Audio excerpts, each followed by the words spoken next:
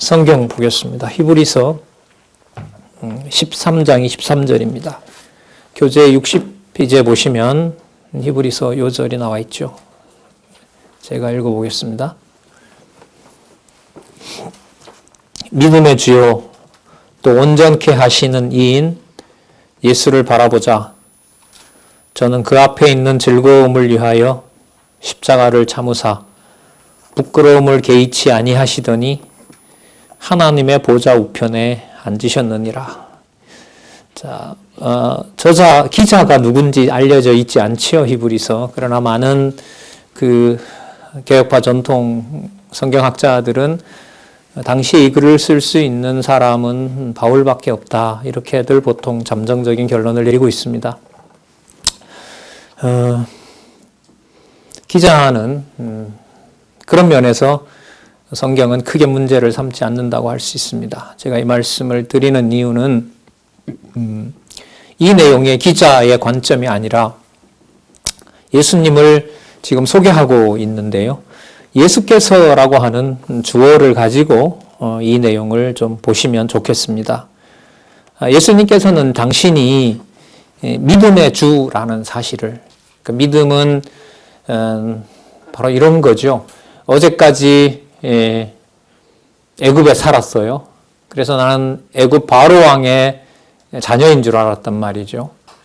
그런데 모세라는 사람이 와서 우리가 저 좋은 가나안 땅에 살아야 될 하나님의 자녀라는 사실을 말을 해줍니다.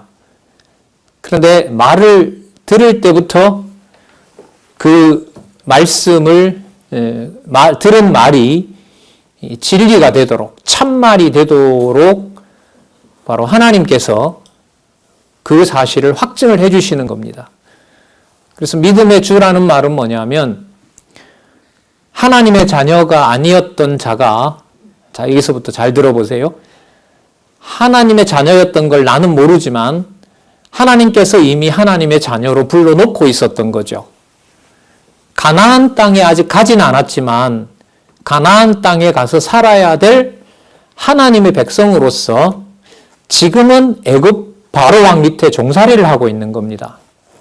그러면 그 사람의 정체는 하나님의 자녀로 택함을 받았다는 거죠. 근데 눈에 보이는 조건은 전부 하나님 자녀와는 상관없는 것들밖에 없는 거예요. 그게 여러분들과 저에게 주어지는 믿음의 상황입니다. 세상 사람들과 다른 바가 아무것도 없어요. 그냥 똑같이 생각하고 똑같이 화내고 똑같이 짜증내고 어떨 때 보면 더 이기적이고 그런 존재로만 사는 줄 알았는데 믿음을 주관하시는 예수께서 보내신 성령으로 우리가 하나님의 자녀였다는 비밀을 알려주십니다. 그게 믿음의 출발이죠. 그리고 그 믿음이 허황된 것이 아니고 참이라는 사실을 구체적으로 증명을 해가세요. 누가 그렇게 하시냐면 예수께서 그렇게 하세요. 부활 승천하신 예수께서 보내신 성령께서 자, 뭘 가지고 하시냐면요. 진리의 말씀을 가지고 그렇게 해요. 진리의 말씀은 단마디가 아닙니다.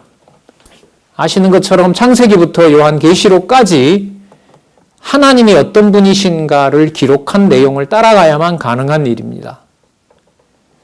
대사상가들을 보면 철학가들이나 사상가들 또 지성인들 중에 유명한 세계 지성인들을 보면 여러분들 아는 것처럼 그 사람이 수십 권의 책을 써놓았어요. 작게는 20권, 어떤 철학자는 100권도 쓰고 써놨어요. 그리고 출판하는 순서까지 자기가 다 정해놓고 죽은 사람도 있어요.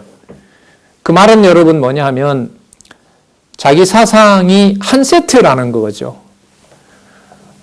그래서 그 믿음의 주라고 이해를 우리가 할 때 예수께서 하나님의 자녀로 불렀다는 사실에서부터 하나님 자녀로 계속 보호해 가신다는 것, 그리고 장차 이 세상이 없어지고 하나님 나라의 백성이 된다는 그 놀라운 비밀을 진리의 말씀을 깨달을 때 가능하도록 해놓으신 거예요.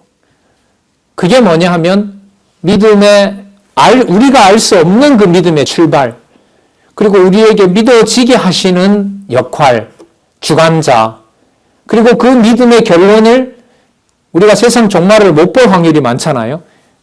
마지막 심판은 더더욱 우리 일이 아니니까 더 모르고요. 분명히 그러나 있단 말이죠. 그러나 우리 믿음이 보존되는 마지막 시간까지, 그 처음, 과정, 절차적인 방법, 그리고 제일 마지막까지 그 모든 걸 주관해 가시는 분이 바로 예수 그리스도라는 겁니다. 그 의미가 뭐냐면 믿음의 주라는 거예요. 그러니까 만약에 여러분들과 제 삶이 아침부터 오늘도 이렇게 시작해서 이제 12시 반나절이 지나가잖아요. 그러니까 앞으로 이제 반나절이 남아 있는 거죠. 믿음의 주라는 것을 깨달을 수 있는 것은 여러분들과 제가 알고 있는 하나님의 말씀이 바탕이 돼야 돼요. 여러분들도 식사하실 것이고 또 누구를 만날 것이고 또 책을 보거나 TV를 보거나 게임에 몰두하거나 아니면 요즘 우리 대학생 후배들은 시험 기간이겠네요. 비대면이지만 또 시험 준비하고 그 다음 또 돌아서기 바쁘게 또 기말고사 준비해야 되고 직장 같으면 한참 이제 상반기 뭔가 내야 될 때 아니겠어요. 압박들이 되게 심할 때잖아요. 어쨌든 그런 삶을 여러분들이 살아가시는데 믿음과 상관없는 삶을 살아간다는 건 너무 슬프잖아요. 쉬우면서도 어려운 거죠. 인간적인 얘기지만은 진리의 말씀이 함께 하도록 주관해 주시면 하나님의 살아계신 증거로 보지만은 그 정보가 여러분에게 만약에 없다면은 그건 불가능한 일이 되는 거죠. 자, 그래서 우리는 이 믿음의 주라는 것을 생각을 해보고요. 그리고 온전케 한다는 말은 완전하게 한다는 거예요. 여러분의 삶은 불완전하게 보일는지 몰라도요. 믿음을 주시는 예수 그리스도께서 보실 때는 그 말씀으로 양육받는 자는 온전하지 않는 자가 없어요. 나에게 부족한 것은 어떻게 보면 내 판단인 거고요. 그때마다 하나님의 자녀에게는 그만큼 그런 방법으로 우리 믿음, 이때 영혼의 주인이라는 말이겠죠. 하나님의 백성으로 살아가는 그 신분에 대해서, 그 존재에 대해서 그리스도께서 알려주시는 거예요. 가상세계에 들어가서 증강게임을 하던, 증강게임 여러분들 아시잖아요. 진짜 현실과 가상이 구분이 되지 않는, 그래서 왜 그 게임이 새로 나왔을 때 왜 현장을 막 찾아가잖아요. 종로를 배경으로 해서 게임을 만들었기 때문에 종로 그 현장에 가야, 그 광장에 가야 그 게임이 돌아가도록 그렇게 하는 거 여러분 뭐 저보다 더 잘 알 거예요. 바로 그곳에 가야만 그 게임이 시작되는 거란 말이죠. 게임을 좋아하는 분은 거기 가야죠. 가야 게임을 시작할 수 있으니까. 그러니까 내가 간 곳은 광화문 광장인데 나에게 지령을 내리는 것은 사이버 공간인 거예요. 그러니까 현실과 가상이라는 것이 혼재되어 있어요. 그 이외에 여러분 뭐가 있는 줄 아세요? 그 이외에 진짜 보이지 않지만 살아계신 하나님이 있다고 보시면 돼요. 여러분들 부모님들은 별로 안 좋아하는 말일 수도 있는데요. 뭐 제가 여러분들한테 점수 딸 일은 없어요. 그런 증강게임 좀 몰입해서 하세요. 해도 돼요. 단 증강게임의 구조가 왜 이렇게 사람을 미치게 만드는지는 원리는 한 번쯤 생각하셔야 돼요. 그 이상의 의미를 생각을 하면서 저는 게임은 잘은 못하지만 성경에 나타난 전체 구조, 그걸 여러분들과 제가 지금 이 의미분석 성경 개론 여러분들의 원로가 적어 놓으신, 연구해 놓은 이걸 저희들이 지금 따라가고 있다는 거죠. 예. 그래서 지금 요절을 소개하고 있는 겁니다. 자, 그 다음에 믿음의 주에 온전케 하시는 이인 예수를 바라보자. 왜냐하면은요, 그분이 얼마나 놀라운 일을 하셨냐 하면 그 앞에 있는 즐거움을 위하여 십자가를 참으사. 여러분 십자가가 사형틀 아니에요? 근데 그 사형틀 십자가에 달리셨는데 즐거웠대요. 즐거웠어요. 이거는 진짜 비현실적이죠. 우리가 따라갈 수 없는 거잖아요. 수치스럽게 당하는데 부끄러움을 개의치 않았대요. 어떻게 보면 여러분 다 벌거벗겨지는 거거든요. 몸은 다 찢어지는 거고요. 그게 여러분 십자가 죽음 아니겠어요? 예? 만약 제가 여러분 사거리에서 우리 가족이 보는 앞에 이 정도가 아니더라도 수치스러운 경우를 봤잖아요. 아마 저희 가족 못 살 거예요. 다 도망갈 거예요. 아마 다른 데로. 얼굴 다닐 수가 없을 거예요. 가장이 적고를 당했다 싶으면 살 수 있겠어요? 다 도망가지. 남 모르는 데 가서 살지. 근데 지금 이걸 성경은 뭐라고 하냐면요. 예, 즐거움이라고 그래요. 여러분 이거 어떻게 받아들여요? 여러분들에게 성경을 이렇게 말씀드리는 것은 술술술 따라오는 쑥쑥 빠져들어가는 그런 게임과 같은 거라는 말 저는 하질 않습니다. 할 수도 없고요. 그래서 절실한 거지만 하나님께서 해주시기를 바라는 겁니다. 젊은 세대일수록 사람을 이렇게 여러분들 오랫동안 지켜보잖아요. 좀 나쁜 말로 간본다 그러잖아요. 지금 강의가 한 30강을 넘어가고 있을 거예요. 제가 이제 여러분에게 드리는 성경 강론, 앞으로, 어쨌든 한 50강은 안 넘을 거고요. 한 40여 강 정도에서 성경 공부 방법론에 이제 치중해서 말씀을 여러분에게 드리려고 합니다.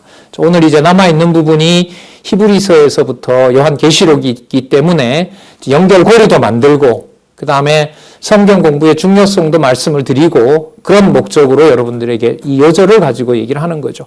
요절은 히브리서 전체의 주제를 담고 있는 거죠. 히브리서 전체의 주제가 바로 유대주의와 배격하는 건데, 여러분들 또 생소한 개념일 수도 있죠. 그건 좀 이따 이제 설명을 하도록 그렇게 할게요. 자, 어쨌든 여기 보면 부끄러움을 개의치 아니하시더니 하나님의 보좌 우편에 앉으셨느니라. 하나님 보좌 우편은 승천하셨다는 거죠. 하늘에서 존재하신다는 거죠. 그걸 하늘에 계신다는 의미에서 또 하늘에 사신다고 해서 좀 신학적으로 한문으로 사용하면은 바로 천상사역이라 그래요. 그러니까 부활하시고 승천하신 예수께서는 승천하셔서 우리가 파악할 수 없는 공간에, 그 우주의 그 공간을 초월해서, 왜냐하면 우주까지 다 통치하시는 분이니까, 창조주이시기 때문에, 그 통치자로서 하나님 우편에 앉아 계시는 거죠. 어마어마한 넓은 규모가 측정 안 되는 그런 신임에 틀림없는 거죠. 뿐만 아니라 먼지 하나라도 섭리하시는 것까지 미치는 거죠. 그러면 우리만 하더라도 일상인들은 우주선을 타지 않는 경우는 지구 모양도 우리는 못 보잖아요. 우리 보내온 사진 가지고 우리가 보는 거지만. 지금뿐만 아니라 그런 어떤 헤아릴 수 없는 우주 은하계의 사건들까지 주관해 가시면서 바로 당신이 하나님의 아들이고 창조를 시작했고 반드시 심판할 것이고 언약하신 대로 반드시 그대로 이루는 여호와라는 신에 대한 증거를 하시는 분이라는 말이죠. 자, 그래서 여기 보시면 하나님 보좌 우편에 앉았다고 하는데 그 사건 앞에 우리가 지나왔죠. 십자가 사건을 참으시는데 그걸 뭘로 받아들였다? 즐거움으로 받아들였다는 거죠. 이 말이 이해가 되려면 이제 적어도 히브리서 전체에 대한 그 공부가 진행이 돼야 되는 겁니다. 그건 이제 다음에 여러분들한테 이제 본문에 들어가서 이제 할 거고요. 우리가 해오던 그 흐름 따라서 오늘은 계속해서 나가도록 그렇게 하겠습니다. 페이지가 히브리서 내용이 513페이지 보시면 한쪽 가로 중심으로 가도록 할게요. 자, 먼저 히브리서 주제를 먼저 보고 얘기를 할게요. 유대주의 경계가 나오는데, 여러분 유대주의는 뭐냐면은요,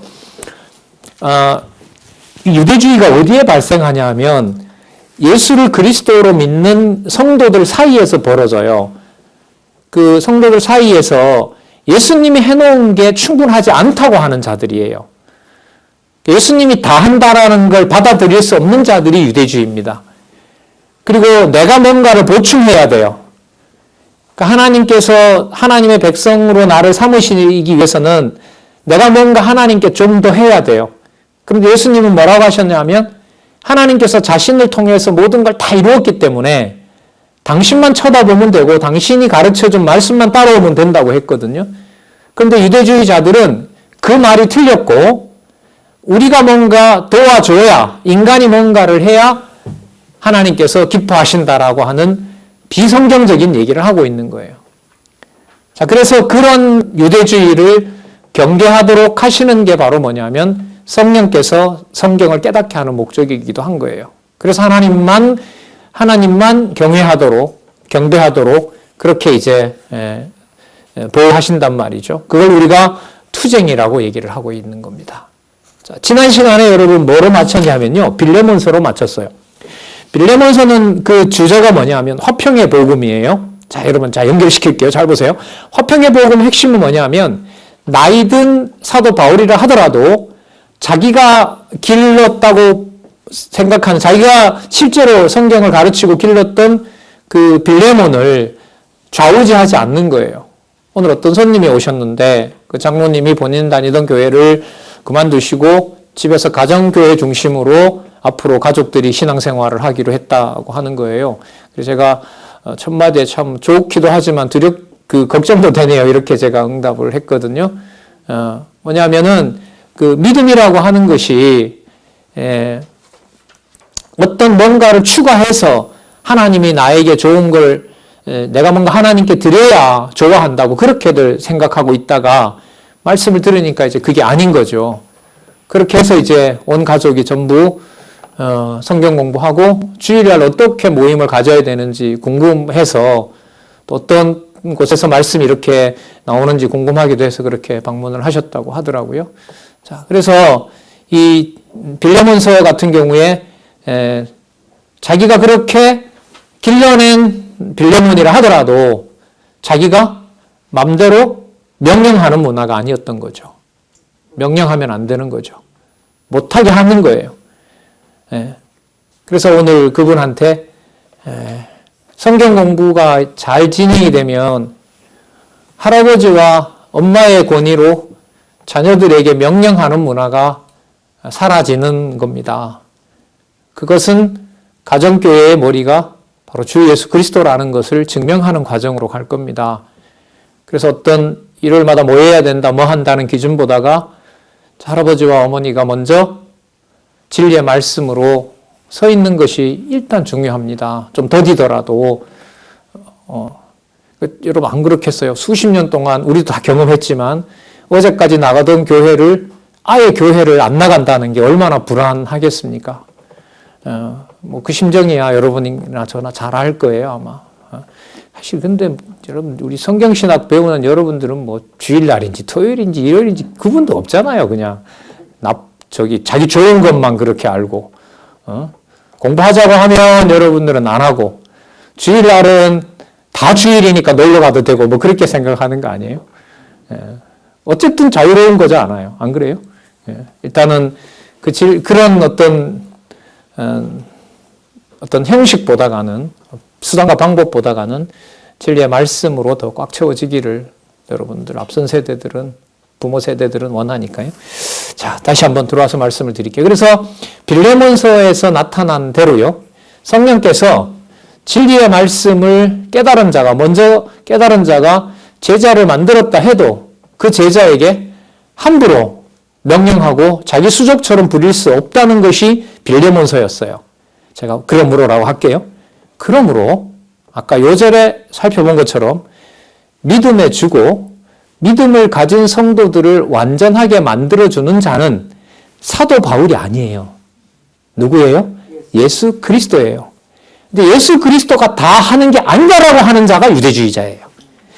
그래서 빌레몬 다음에 히브리서가 나오는 거예요. 이렇게 연결이 되는 겁니다. 자, 그러면서 뭐가 시작이 되냐면 그러한 것이 아니다라고 싸움이 시작되는 것을 뭐라 부르냐면 교회가 진리투쟁한다고 그럽니다. 그래서 교회의 투쟁은요, 성경적 뒷받침이 안 되면은 근본적으로 불가능합니다. 원천적으로 불가능해요. 그래서 여러분들에게 성경 하는 거예요. 제가 지난주에 책을 봤는데요. 되게 인상적인 게 있어서 소개를 해드릴게요. 2차 세계대전 여러분들 알죠? 독일이 일으키잖아요. 히틀러와 그 세력인 나치가 그 사회 민족 그 나치당이 결성해서 그 전쟁을 일으키잖아요. 근데 그때 독일 교회가 총회 이름으로 히틀러를 메시아라고 부릅니다. 그래서 유대인들을 죽이는 거죠. 왜? 메시아는 독일 게르만 민족에 왔기 때문에 그게 여러분 신학적 정당성이었어요. 거기에 반감을 품은 한 130명의 목사들과 신학 교수들이 선언서를 내죠. 요한복음 15장 몇 절인지 모르겠어요. 그걸 첫 조항으로 해서 교회의 머리는 오직 주 예수 그리스도밖에 없다 라고 선언을 합니다. 그게 그 유명한 바르멘 선언이라고 있거든요. 독일 교회사에서는 아주 중요한 사건이죠. 자, 그 중에 한 목사가 있었는데요. 신학자이자 목사가 있었는데, 뭐 논쟁이 많은 신학자이긴 해요. 칼바르트라는 신학자인데, 그 신학자가 독일에서 이제 스위스 사람인데 독일에서 그 신학 교수로 있었습니다. 그럴 때 나치당에 이제 다 들어가는 거예요, 교수들이. 안 들어가면 못 사니까. 다 이제 그 히틀러의 수족이 되는 거죠. 거기 가서 이제 해야 되는, 그때 독일의 본이라는 도시, 수도죠. 옛날의 수도, 동독 서독일 때 수도가 본이죠. 그 본 대학에서 신학을 가르치고 있었는데, 타협을 안 한 거죠. 못 한다. 그 한 130여 명들이 다 이렇게 해직이 되거든요. 목사직위도 다 다 면직되고, 이제 이 사람이 마지막 강의에서 쫓겨나면서 뭐라고 했냐면, 학생들에게 이제 못 만나잖아요. 내일부터 이제 못 만나는 거잖아요. 그 다음에 그 강단에 2차 세계대전이 끝난 다음에 돌아오지만 거기서 이미 나이는 은퇴를 했기 때문에 자기의 고향이었던 스위스 바젤의 대학에서 강의하면서 이제 신학 서적을 집필하거든요. 그 사람이 강의에 쫓겨나면서 학생들한테 마치 우리나라 김구 선생님 얘기 아시죠? 여러분 교과서에 나오죠. 누군가 나에게 소원이 뭐냐고 묻는다면 뭐다? 민족의 독립이다. 두 번째 나에게 묻는다면 그것도 독립이다. 세 번째 묻는다면 역시 그것도 독립이다. 이렇게 한 거로 여러분 교과서 나오잖아요. 그 목사, 그 신학자가 나가면서 외칩니다. 이게 마지막 강의인데 첫 번째도 성경 해석이고 두 번째도 성경 해석이고 세 번째도 성경 해석이다. 성경을 주석하라. 성경을 주석하라. 성경을 주석하라. 2차 세계대전이라는 포화 속에 하나님의 말씀을 듣는 백성들은 뭘 봐야만 된다? 하나님 말씀 봐야 된다. 그래서 되게 인상적이었어요. 물론 알고 있던 내용인데 뭐 이렇게 또 논문을 써야 되기 때문에 한번 봤는데 되게 인상적이더라고요. 코로나19로 여러분 엄청난 대재앙의 시대라고 하는데 뭐 전쟁은 아니잖아요. 뭐 바이러스와 전쟁이라 말은 하지만 뭐 거기에 비하면은요. 인간이 인간을 죽이는 일은 아니니까요. 투쟁에 관련된 일화이기 때문에 좀 말씀을 드린 거예요. 성경을 하나님의 말씀으로 기초를 놓지 않는 어떤 행위나 어떤 실천은 오래 갈 수도 없고 그야말로 자기 욕망으로 그냥 전락해버리는 거죠. 최악이 아까 그 독일의 오류처럼 성경과 성경에 나타난 메시아를 구체적인 인물 히틀러에 갖다 일치시켜버리는 진짜 하나님의 무서운 섭리인데요.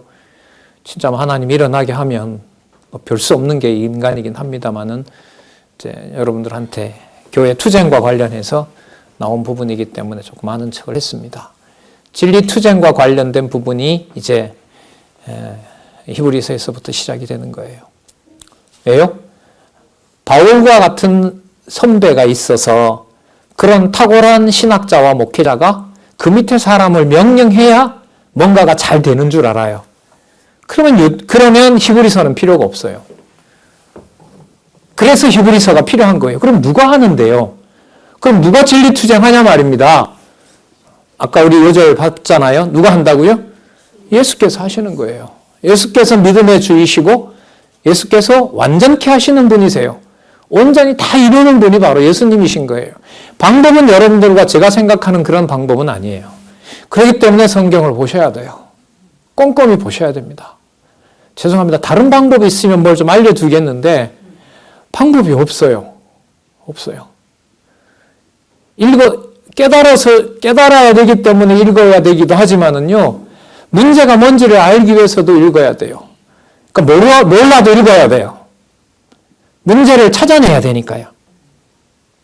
자, 연결이 그렇게 됩니다. 그래서 514페이지 가면 천사보다 우월해요, 이분은. 여러분, 이 천사 사상은 당시에 좀 유명했어요. 왜냐하면 유대인들은 말이에요, 예수를 그리스도라고 안 믿기 때문에 메시아가 지금도 안 왔다고 보잖아요. 그러니까 하나님께서 천사를 보내서 이렇게 애처로운 우리 민족을 도와준다고 보는 거예요. 그러니까 그런 환상을 보는 자들이 많아요. 그게 이 글을 쓸 당시에 팽팽히 있는 거예요. 나도 어제 천사가 왔다 그러고 뭐라 그러고 다들 그렇게 하니까 교회 안에 예수께서 머리 되는 것보다가 천사 봤다는 사람들이 더 교회의 지배적인 거예요. 그거 아니다. 그 천사는 예수님이 부리는 종이고 그 천사들이 너희를 돕는데 왜 천사를 숭배를 하느냐. 말이 되지 않는다. 그래서 영적인 존재인 천사보다가도 우월한 분이 누구냐면 예수님이라는 거죠. 아, 그래도 모세는 뛰어나지 않느냐? 아니다. 모세도 구약의 율법을 기록하면서 장차 성도를 섬기는 종이었지, 그가 그리스도로 소리하는 자였지 숭배받아야 할 분은 아니다. 그가 그러니까 뭐가 아니다. 싸움이 일어났을 때 대장이 아니다. 거기 천사도 아니고 또 모세도 아니다. 그러면 성전에서 일을 하는 대제사장은 주인이 되는 거 아니냐? 거기도 아니다. 그래서 보이지 않는 영물이라고 하는 천사도, 또 유대인들의 지도자라고 생각하는 모세도, 그리고 하나님의 앞에 제물을 드리고 제사를 드려주는 대제사장도 전부 누구보다가도 못하다? 예수보다가도 못하다. 그럼 예수가 얼마만큼 위대한 일을 했느냐? 바로 그 예수께서 한 번에 수치스럽게 죽으심으로 하나님이 원하는 모든 제사를 다 드렸다. 도대체 그럼 그가 누구냐? 그 내용이 여러분 히브리서 7장에서부터 10장까지 나와 있는 거예요. 본문에서도 밝혔는데 이거 대단히 수준이 높아요. 이 기록에도 보면 너희들이, 이 유대인들이 이 글을 보거든요. 수신자가. 그렇게 수천 년의 성경에 정통한 자들인데도 본문에 들어가면 너희들이 과연 이걸 알 거냐, 진짜 이걸 젖먹이는 아이들이 먹어야 될 수준에서 얘기를 할 수가 없는 부분이 있다, 이러면서 히브리서가 기록이 되거든요. 자, 그런데 거기 보면 핵심은 예수께서 하신 사역이 우월하다는 거예요. 그러니까 더 뭔가를 추가할 게 있다 없다? 없다는 의미에서 제사 사역의 우월성인 거예요. 그러면 예루살렘에 안 가도 되는 거죠. 로마에 있든 그리스에, 헬라에 있든 어디 다른 곳에 있든지 간에 자기가 있는 그 자리에서 예수를 그리스도로 믿고 그 말씀을 들을 수 있는 자면은 바로 진리투쟁을 하고 있다는 증거가 된다는 겁니다. 그리고 517페이지에 보면 뭐냐면 성막사역이 나오는 건데, 어떤 건물에 들어가서 꼭 거기서 드려야 된다는 것도 필요 없다. 예수님의 몸 자체가 뭐가 되냐면 하나님이 원하는 성전이 됐다. 성전이 됐다. 그리고 고린도전서에 이미 나왔던 거죠. 여러분들이 하나님이 거하시는 성전이다 라는 사실을 바탕으로 알려주게 되는 겁니다. 그러니까 각자 그 자리에 앉아서 예수 그리스도만 바라보게 되면 그분이 전쟁에 앞장서서 뭐 한다. 다 치고 나간다. 그러니까 누구만 붙잡으면 된다. 예수만 붙잡으면 된다. 그게 여러분 10장까지 나왔던 거고요. 519페이지 가서 보시면 1번 신앙행위의 우월성. 따라서 이렇게 되겠죠. 따라서 우리가 가지고 있는 신앙의 우월성은 창세기에서부터 구약의 선배들이 얼마나 기다렸던 바냐.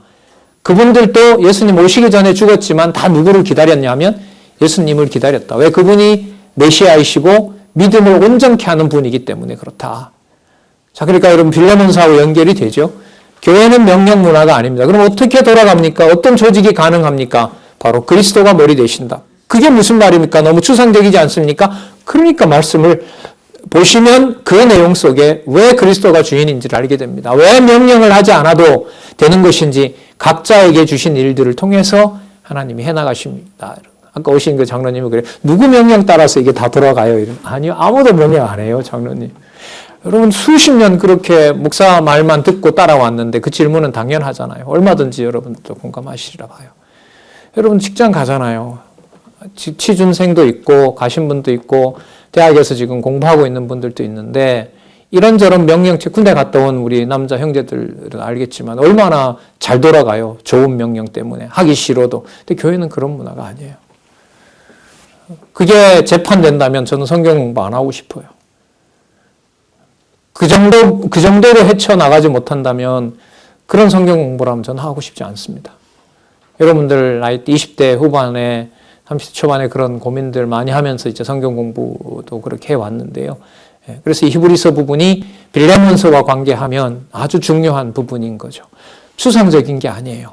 말씀을 듣고 일어나는 변화들을 여러분들이 아마 보실 겁니다. 그래요. 근데 선생님, 우리 엄마 아버지는 별로 변한 게 없는 것 같은데요. 요즘 반성들 많이 하고 있대요. 조금 더 지켜보세요.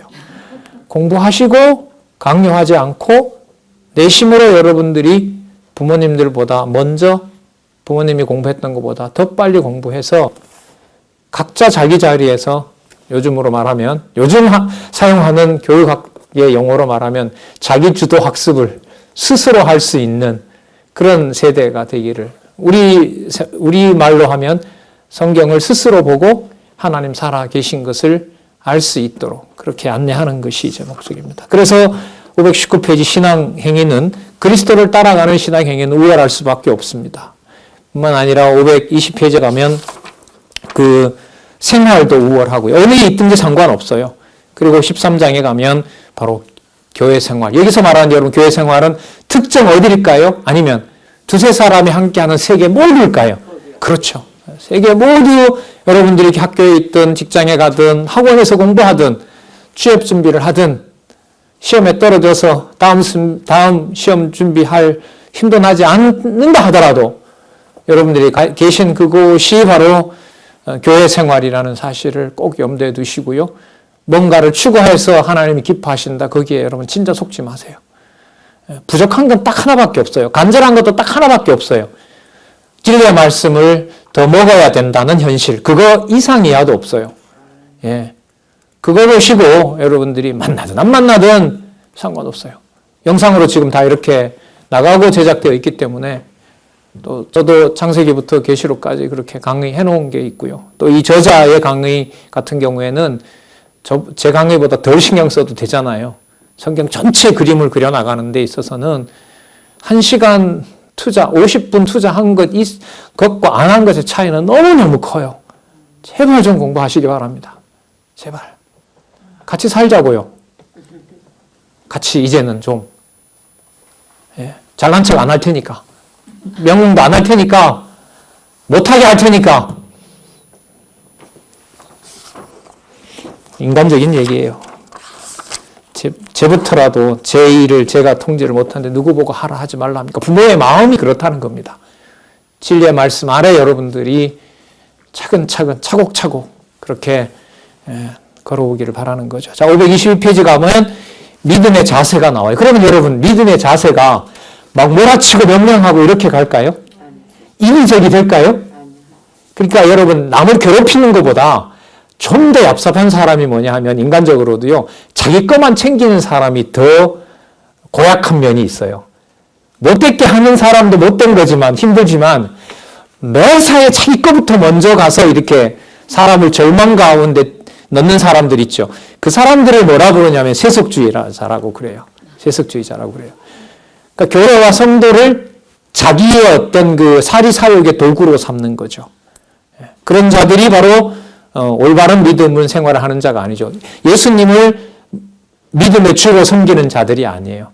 그런 세속주의가 어떤 자들인지에 대해서 그 야고보서에서 밝혀주는데요. 먼저 믿음의 자세와 행위를 얘기를 해주고요. 2장에 한쪽 가로 2번 있죠. 배격할 불신의 행위가 나옵니다. 그리고 523페이지에 가보면 배격할 세속적인 요소가 나와요. 세속이라는 말 많이 나오죠.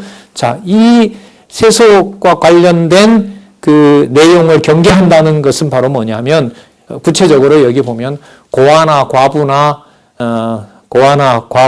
또 그 방랑자들, 그 복음 때문에 도망 오는 자들요, 고아들, 그 다음에 그 복음 전도자들 이런 자들에 대해서 돕는 거죠.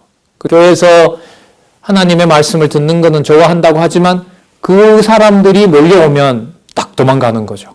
외면하는 거고. 이것은 믿음의 주로서 그리스도를 섬기는 게 아니라는 거죠. 그러니까 여러분 만약에 음식이 맛있고 좋은 귀한 음식이 한 그릇 있으면 여러분들 노숙자한테 줘요? 내가 잘 보이고 싶은 직장 상사한테 줘요? 어떻게 하지요? 네. 예를 들면 그래요. 자기의 어떤 출세와 자기의 신분 보장을 위해서는 그걸 뇌물로 써야 돼요. 그리고 모든 걸 다 그런 용도로 써요. 그게 여러분 일상화되는 세속주의예요. 그러나 볼품없어 보여도 그가 진리의 말씀을 공유하는 자예요. 진리의 말씀을 함께 사모해요. 그에게 모든 걸 써요. 그게 세속주의를 극복하는 믿음의 생활이라고 야고보서에서는 얘기하고 있는 거예요. 여기 보면 아주 리얼한 예가 나오는데요. 그렇게 나와요. 만약에 문을 열고 들어왔는데 머리부터 발끝까지 귀한 보석을 들고 들어오는 사람이 있다 하자. 그 교회가 그랬는가 봐. 이게 또 유대교거든요. 야고보서도 이게 이 수신자가 일단 유대인들이었는데 그 역사적으로요. 그러면 쫓아가서 어디 앉아라. 여기 괜찮다. 자리까지 안내하지 않느냐. 근데 고아 하나가 거지처럼 들어오게 되면 너는 저쪽에 가 있어라. 그렇게 하지 않느냐. 이 교회가 그랬거든요. 그거는 죽은 믿음이다. 이렇게 소개를 하고 있는 거죠. 그럼 아까하고 연결되죠. 거지 나사로를 또 사랑하신 하나님의 자녀라고 한다면 그가 바로 그리스도가 머리 되신 분인데 보기에 그렇게 거지 같다고 해서 배척한다는 것은 믿음의 줄을 바르게 알고 있는 것이 아니다. 이렇게 돼요. 그러면 그 다음에 세속주의는 연결이 되죠. 머리로 알지 않으면 자기 기준대로 하다 보니까 가난하고 고아는 배척하는 거죠. 그게 바로 뭐예요? 세속주의가 되는 거죠. 그리고 나아가서 교회 생활 전체를 무슨 도구로 써요? 내 사리 사욕을 채우는 도구로 쓰게 돼요. 그런 자를 뭐라고 부르냐면 적그리스도라고 그래요. 그 순서로 되어 있어요, 이게. 자, 일단 거기로 가기 전에 525페이지에 가서 보시면 거룩한 생활이라는 게 나와요. 자, 거룩한 생활의 요건이 나오는데, 여러분, 거룩한 생활의 요건은 아까 믿음의 주하고 똑같아요. 여러분, 예수님을 직접 우리가 만나요, 못 만나요, 지금? 못 만나요. 만나서 물어보면 될 텐데, 예수님 어떻게 하라고 물어보는데 지금 안 계시잖아요. 근데 가셔서 보내신 성령으로 뭘 하셨어요? 당신이 원하시는 바를 다 기록으로 남겼단 말이죠. 기록하도록 했어요. 그러면 거룩한 생활의 요건은 뭐와 관련될까요? 하나님의 말씀만 보는 것하고 직결되는 거예요. 그런데 말씀이라고 줬는데 아까 세속주의하고 또 이건 연관돼요. 자기 좋은 대로만 풀어요. 사사로이 푼다 그러죠. 그러니까 성경 자기가 할 얘기를 먼저 정해놓고 아까 여러분 그 나치당 얘기했잖아요. 그 나치당에 들어가서 선동을 일으키는 그 목사가 있었어요. 이름이 지금 잘 기억이 안 나는데 그 목사가 뭐라고 말하냐면 마틴 루터가 일으켰던 종교개혁 그리고 이제까지 교회사에서 기다리는 메시아 그 메시아가 바로 자 이건 성경 내용이고 역사 내용이잖아요. 성경에서 말하는 메시아 그리고 역사적으로 독일에서 일어났던 종교개혁 우리 조원님이라 알고 있잖아요. 마틴 루터 이러면은 그 종교개혁의 사건 자, 여기까지는 역사적 사실이고 성경도 인용했어요. 그 다음에 결론을 뭐로 내리냐면 그 모든 것의 결론이 히틀러 황제입니다. 이렇게 간 거예요. 그럼 뭘 이용을 해서 어디로 가는 거예요? 성경과 성경의 역사적 그 기독교 전통을 통해서 누구 좋을 대로 쓰는 거예요? 자기네들 좋을 대로 쓰는 거예요. 그게 여러분 세속주의예요. 그래서 광화문 내거리에 돌들러 가시면 안 돼요. 그건 성경적이지 않아요. 자기 욕심으로는 던질 수 있어요. 가서 내 원하는 시위나 여러분들도 뭐 촛불 들러 얼마든지 갈 수 있어요.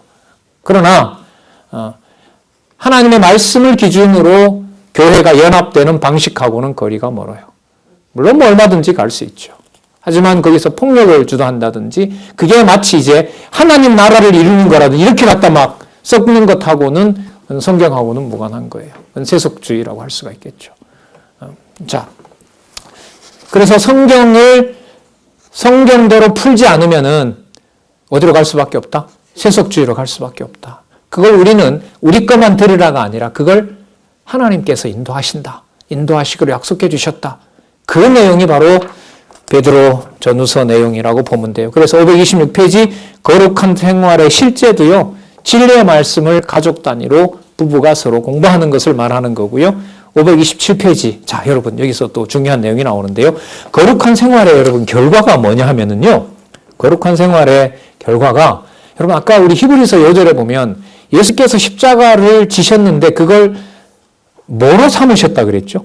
슬픈 일이 아니라 즐거움으로 기쁜 걸로 삼으셨다 했죠. 그 진리의 말씀을 듣고 생활은 손해가 보는 것 같은데 그 삶을 뭘로 여겨요? 기쁘게 여기게 되는 거예요. 그러면 히브리서 내용하고 뭐하고 관계가 있어요? 베드로 전서하고 관계가 있는 거예요. 그 내용들이 이제 본문에서 쭉 연결이 되고 있어요. 그 다음에 528페이지 경건한 생활의 요건이 되는. 그럼 이 경건은 어떤 규모나 외모를 말하는 게 아니죠. 무엇을 보고 낮은 자리까지 가도 기뻐하는 것. 진리의 말씀을 깨닫고 모멸감에 쌓이더라도 하나님의 지체들, 주의 백성들을 함께 더불어 살 수 있도록 배려하고 또 말씀을 전하는 것. 그게 여러분 바로 경건한 생활이 되는 거죠. 그게 전부 아까 투쟁을 시작할 때 믿음에 주고 온전케 하시는, 완벽하게 만드는 분이 누구라는 것을 전제합니까? 예수님이라는 것을 전제로 하는 거죠. 그래서 여러분 교회에서는요, 누군가 뭔가 일을 주도해 나갈 때 그 사람 밑으로 가는 걸 여러분들 스스로 경계해야 돼요. 아, 쟤는 진짜 능력이 있어, 탁월해, 지도력이 있어. 거기서부터 넘어져요. 여호와라는 이름이 빠지면 넘어져요. 예. 우리가 볼 때 능력이 있고 없고를 가지고 하나님이 주신 것과 일치시키면 안 돼요. 다 같이 하나님이 주시는 그야말로 선물의 내용들이 다를 것뿐이에요. 예. 여러분, 애기한테 선물을 자동차를 주면 되겠어요? 자동차는 저 같은 사람한테 선물로 줘야지. 안 그래요? 맞아요. 이제 첫돌된 사람한테는 첫돌된 애기한테는 뭘 줘야 돼요? 좋은 크리스탈 젖병을 주는 게 좋은 거예요. 그러니까 다 하나님이 주신 뭐가 다르다고요. 그 사람에 맞는 은사와 선물이 다른 거예요. 그걸 이제 막 부추겨요. 너는 다 할 수 있어, 다 할 수 있어. 이게 여러분 세속주의예요. 모르면 넘어가요. 그래서 지금 이 성경의 후반부 내용은요, 분량이 적은데 이게 만만한 내용은 아니에요. 전부 이 교리적으로 민감한 내용들이기 때문에 개념 하나를 잘못 해석하면 이렇게 그릇된 걸로 갈 확률이 많아요. 그래서 여러분들에게 안내를 해드리고 싶은 거죠. 자, 그 다음에 529페이지에 가면 불의한 선생의 형편이 나오고요. 강림의 신앙이 나오죠. 이건 두 가지가 연결이 돼요. 그런데 왜 그런 악이 번성합니까? 예수께서 다시 오실 때까지 그렇게 한다. 왜요? 하나님의 백성이 백성되는 훈련을 시키려고 그렇게 하는 겁니다. 그러니까 투쟁의 주인이 누구라는 사실을, 하나님이라는 사실을, 예수 그리스도라는 사실을 깨닫게 합니다. 자, 그럼 깨닫게 하는데 어떤 자가 옆에 기다리고 있느냐? 하나님의 교회 전체를 진짜 하나님처럼, 예수 그리스도처럼 위하는 것처럼 보이는데 가만히 보니까 전부 다 누가 주인 되려고 하는 거예요. 자기가 주인이 되려고 하는 거예요. 그래서 예수님이 이 세상에 오신 것도 안 왔다고 나중에는 말을 바꿔버려요. 그 자들이 누구냐 하면 적그리스도예요. 그래서 531페이지에 보면 영원한 생명의 말씀을 소개하십니다. 여러분 조금 전에 베드로 전후서 내용이 뭐라 그랬죠? 성경을 성경대로 풀어야만 경건한 생활이 필요하다고 그랬죠. 그럼 그 경건한 생활의 결론은 이 세상에 있는 거지만 부활 승천하신 분이 없는 것이 아니라 반드시 뭐 하셔야 돼요? 살아 계셔야 되는 거잖아요. 그게 여러분 영원한 생명의 말씀이라는 거예요. 그럼 이거 뭐하고 또 맞아요?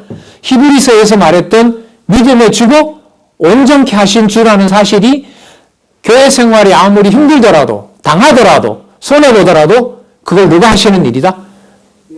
예, 부활 승천하신 바로 예수께서 완전케 하는 일이다. 우리가 볼 때는 뭐하게 보여도 불완전하게 보여도 그 일의 주관자 되시는 예수께서 영원한 생명의 말씀을 공급하고 있는 절차가 되는 겁니다.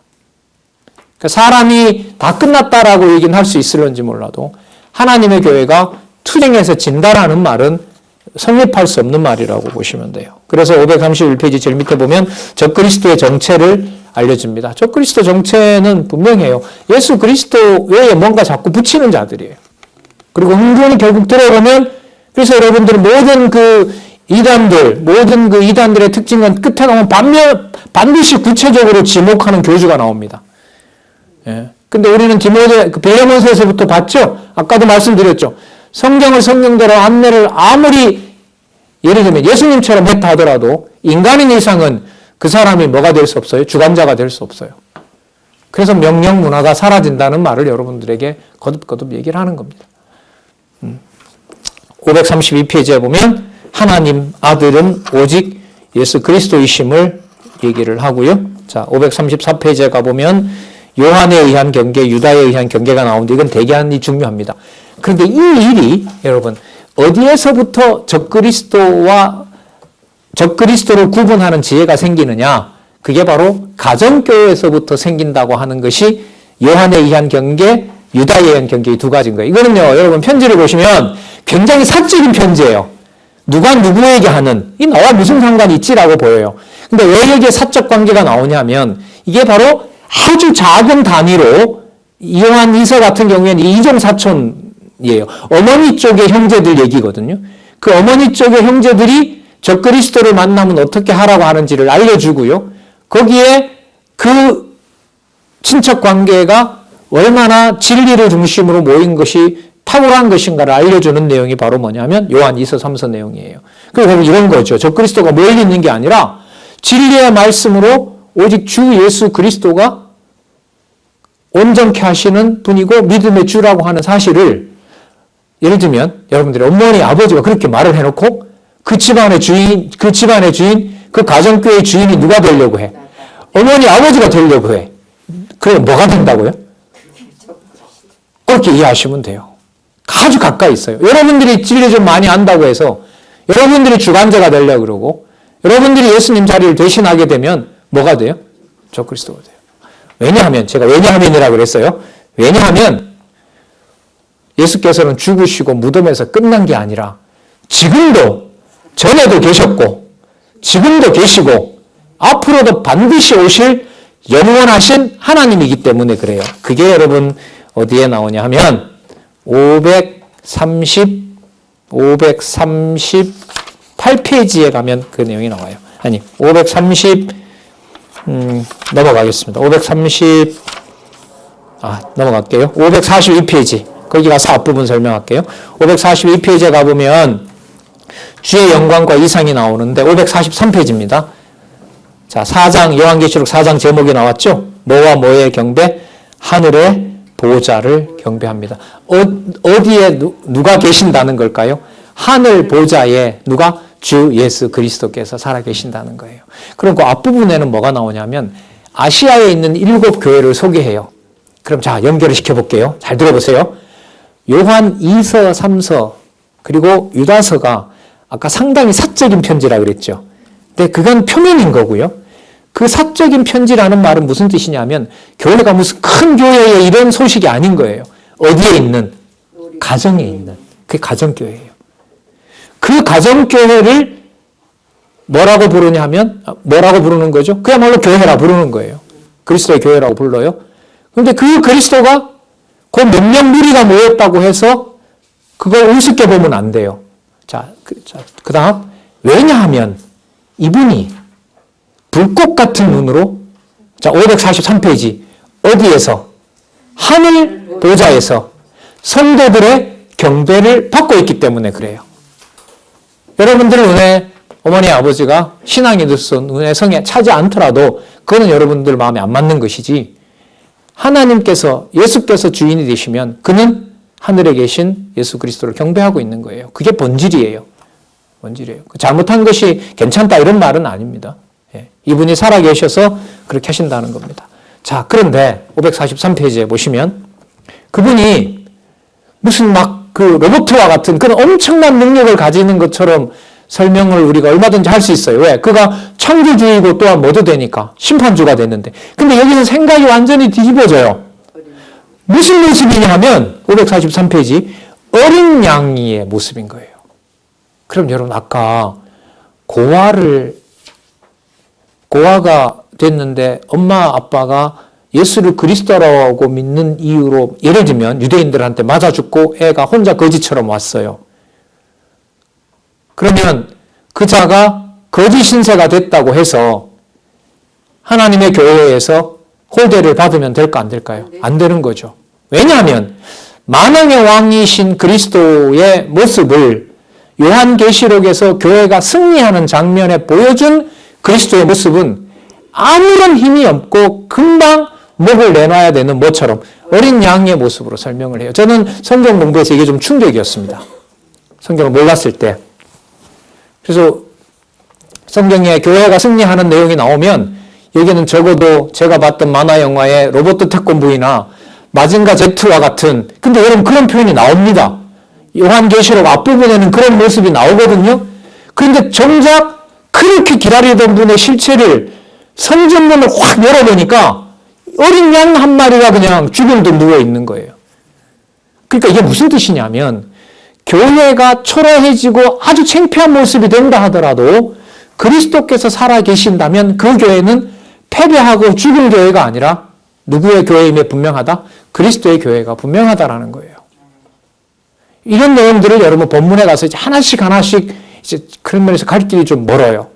이제 그 다음 이제 성경 개론이 끝나면 이 신입부 강좌를 닫아야 될지 아니면 어떤 방향으로 해야 될지 참 많은 고민이 되는데요.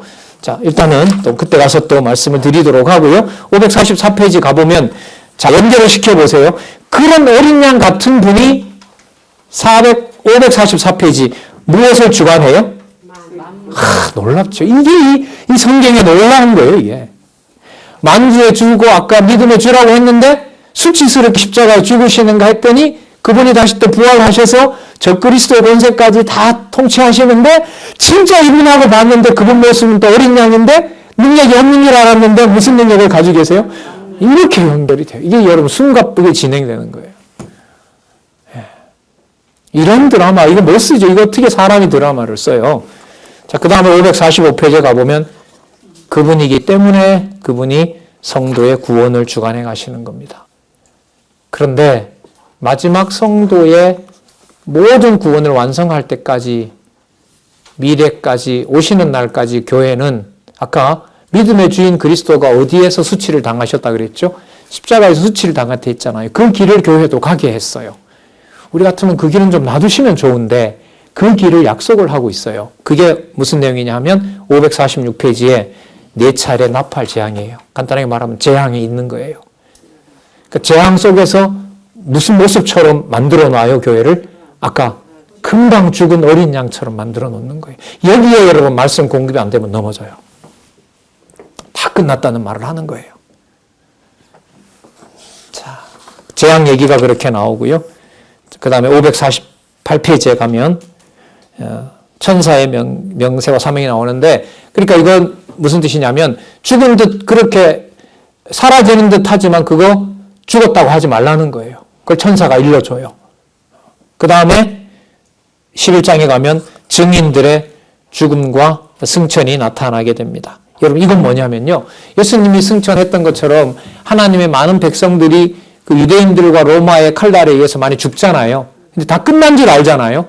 그런데 그들이 끝난 것이 아니라 하나님께서 보호하셔서 어디에다가 지금 두고 있어요? 하늘에 두고 있는 거예요. 그래서 예수님께서 오시면 같이 통치하는 것을 준비해 놨다는 거죠. 그러니까 뭐라고 말하면 안 돼요. 그들이 고난당하다 죽었다라는 말을 할 수가 없는 거예요. 죽었다라고 할 수 없는 거예요. 자, 왜냐하면 제가 왜냐하면이라고 했어요. 549페이지. 왜냐하면 549페이지 하늘에 이적이 나타나는데 교회를 괴롭혔던 세력들을 전부 예수께서 멸해버리는 거예요. 멸해버리게 돼요. 자, 551페이지 갑니다. 멸해버려서 무엇이 시작이 되냐 하면 멸망과 심판이 시작이 되는 거예요. 그래서 최종 승리를 할 수밖에 없는 것이 교회라는 얘기를 여기서 해주고 있습니다. 그래서 551페이지 심판과 재앙의 예고를 해주시고요. 552페이지, 553페이지 가겠습니다. 자, 여러분 여기서 재밌는 일이 벌어지는데요. 여러분 영화 좋아하잖아요. 영화 그 블록버스터의 그 아주 스파이 영화나 아주 복잡한 그 영화들을 보면 그 주인공이 그 악의 세력이 누군지를 전면에 나섰던 그냥 조무래기 하나를 치고 끝내는 게 아니잖아요. 그야말로 발본색원이라고 어디에 악의 소굴이 있는지가 드러나도록 잠시 뭐 해야 돼요? 악이 설치도록 뭐 해줘야 돼요? 다 막아야 되잖아요. 마치 똑같아요. 교회를 대적하던 세력이 누군지를 교회가 핍박을 당하는 모습처럼 보이도록 하면서 다 드러나게 해요. 그 다 드러난 종합 선물 세트처럼 다 모아놓은 걸 성경은 뭐라 부르냐면 666이라고 그래요. 666 바코드 아니에요. 무슨 악에서 이런 거 아니에요. 그거 다 무식한 얘기인 거고요. 그 666은 한마디로 말하면 예수님께서 심판하기 전에 666이 비슷하잖아요. 666이 그리스도로 가장해서 하나님의 교회를 핍박하던 세력들의 총집합. 그게 인간들을 중심으로 일어나요. 그래서 그걸 666이라고 하는 거예요. 그 666이 뭐라 이렇게 찍으면 안 돼요. 그렇게 찍을 수 없어요. 정치 세력도 들어가고요. 그 다음에 종교 세력도 들어가고요. 교회, 그것도 전부 교회 내에 있다 그래요. 교회 내에. 아주 가까이에. 그러면서 야금야금 하나님의 교회를 자기 먹잇감으로 삼으려는 것들.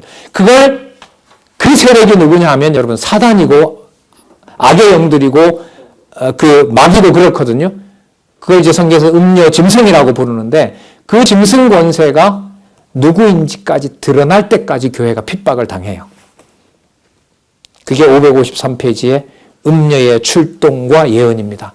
그 음녀들이 전부 뭐 해야 돼요? 다 드러나야 돼요. 그러니까 이게 말이 좋아 드러나는 거지. 이 음녀가 출동할 때는 이 지상에서는 하나님을 믿는 자가 있을까요? 없을까요? 없어요. 그 정도까지 가요. 그래서 예언에 의하면 그리스도가 오실 때까지 세상에는 거의 하나님이 살아있다고 하는 자가 아무도 없게 한다 그랬어요. 여러분 그런 경우로 보면 여러분들과 제가 지금 여러분들 부모님, 여러분들의 할아버지, 할머니, 그리고 형제들, 여러분들 그 교회 학교 여러분들 선후배들 그런 관계로 눈만 돌리면 말씀 같이 보는 분들이 많다는 것은 우리에게 엄청난 좋은 기회예요. 그런데 여러분 언제까지나 그런 건 아니니까요. 위협은 아니에요. 빨리 공부하셨으면 좋겠어요. 진짜 그러길 바랍니다. 자, 그 다음에 553페이지 바벨론 권세가 멸망합니다. 이때 바벨론은 아까 말했던 666 끼리끼리 모여서 하나님의 교회를 억압하고 하나님의 교회를 자기 먹잇감으로 삼으려는 세력의 상징적인 의미가 바로 바벨론 권세입니다. 멸해버립니다. 그리고 554페이지 승리를 하시는 거죠. 누가요? 그렇죠. 여러분 진짜 대답 잘하셨는데 진짜 여기서 어린 양이 나와야 돼요. 어린 양은 누구 능력으로만 승리한다는 의미예요? 그렇죠. 모습은 뭐처럼 아주 미약하고 무능력하지만 그분이 바로 만왕의 왕 만주에 된다는 사실을 여기 승리와 통치 찬양이 나오고요. 555페이지 대적에게 심판을 단행합니다. 그리고 556페이지 새 하늘과 새 땅이라고 하는 준비되어 있는 하나님 나라가 실체를 드러냅니다. 뭐까지 다 이제 심판해버렸으니까 악의 세력까지. 그러니까요. 악의 세력을 다른 데 두는 게 아니라 이 구조를 보면 하나님의 나라 권세가 악의 세력을 통치하는 거예요. 가버리라가 아니라 늘 통치해요. 하나님이 마치 뭐까지 쓰는 것처럼 어둠까지 쓰는 것처럼 그런 나라가 이제 도래하게 된다는 것이 내림한 왕국의 도성이고요. 557페이지 가면 예수님께서 부활 승천하신 예수님께서 사도 요한에게 부탁합니다. 그리고 하늘에 있는 먼저 승천했던 순교했던 선배들이 등장하면서 부탁을 해요. 자, 지금까지 기록해 놓았던 거 하나도 더하거나 빼지 말고 그대로 전해줘라. 그게 여러분 요한계시록뿐만 아니라 이 성경 완성이니까 요한계시록이 창세기부터 계시록까지 그대로 준 대로 그 순서대로 갖다 너희들 가르치도록 해라. 여기에 돈 받으면 안 된다. 값없이 줘라. 값없이 줘라. 그리고 더하거나 빼는 자는 그는 생명책에서 내가 지워버리겠다. 여러분 이게 여러분들과 제가 여러분들을 만나서 제가 얘기했던 바로 성경권입니다. 성경권이에요. 자, 우리가 한 시간 꽉 채워서 마지막 시간까지 여러분들한테 안내를 드렸는데요. 다음 시간에는요, 평면으로 나가는 것이 아니라 다음 시간에 미리 예고를 했었죠. 창세기 1장부터 37장까지 내용을 성경 본문을 이어가면서 위로 올라가는 공부를 할 거예요. 그러니까 이게 평면적으로 주제를 이어가면서 큰 틀에서 하나님 말씀이다라는 걸 여러분들에게 소개를 했다면 앞으로 한 10번 정도 할 생각인데요. 다음에는 다는 못하고요. 일단 방식만 여러분들한테 소개하려고 합니다. 다음에는 창세기 1장부터 글쎄 일주일이면 37장까지는 안 읽으시겠습니까, 여러분들이? 창세기 1장에서부터 37장까지 읽어 오셨으면 좋겠어요. 36장이 죄송합니다. 죄송합니다. 우리 선배님이 아주 지적을 잘해. 36장까지. 창세기 1장에서부터 36장까지 읽어 오시는 거 일단은 그것도 좋은 일이고요. 더 좋은 일은 여러분이 가지고 계신 교재를 놓고 1장에서부터 36장까지 읽으면 좋겠습니다. 더 좋은 일은 원로가 적어놓은 성경 강론 전집 1권 창세기 1장부터 37장까지 한 300여 페이지 읽으면 더 좋고 네 번째 하면 여러분들이 뭐라 할 것 같네요. 자, 해서 다음 시간에는 이렇게 내용을 모아서 그 다음 주제로 올라가는 이걸 공부 방법이에요. 학교 공부도 이렇게 하면 돼요. 예, 대학 공부도 이렇게 하면 되는 거고. 자, 그 내용을 다음 시간에 소개하겠습니다. 조금 질문하겠습니다. 예. 동그라미부터 이렇게 올라가는 그런 동그라미 그냥 양쪽 가로 이렇게 올라가는 그런 방식인가요? 네, 그렇습니다. 네. 네. 그렇게 하도록 하겠습니다. 네. 저게 뭔 소리지? 그건 여러분들이 책을 안 보고 있다는 얘기입니다. 제 책을 꼭 보시고 여러분 가지고 계신 이 교재 보시는 거예요. 자, 가장 좋은 방법은 성경 개론 페이지가 제일 적어요. 성경 개론 창세기 1장부터 36장까지 분량 한 10여 페이지. 그거라도 꼭 읽으시기 바랍니다. 기도하겠습니다. 하나님 아버지 감사합니다. 귀한 시간 갖게 해주셔서 감사합니다. 진리의 세대가 만들어지도록 허락하여 주시옵소서. 진리의 기둥이 만들어지도록 하나님의 말씀을 사모하고 연구하고 하나님의 존재를 확인해가는 다음 세대를 하나님께서 준비하여 주시옵소서. 예수님의 이름으로 기도드렸습니다. 아멘.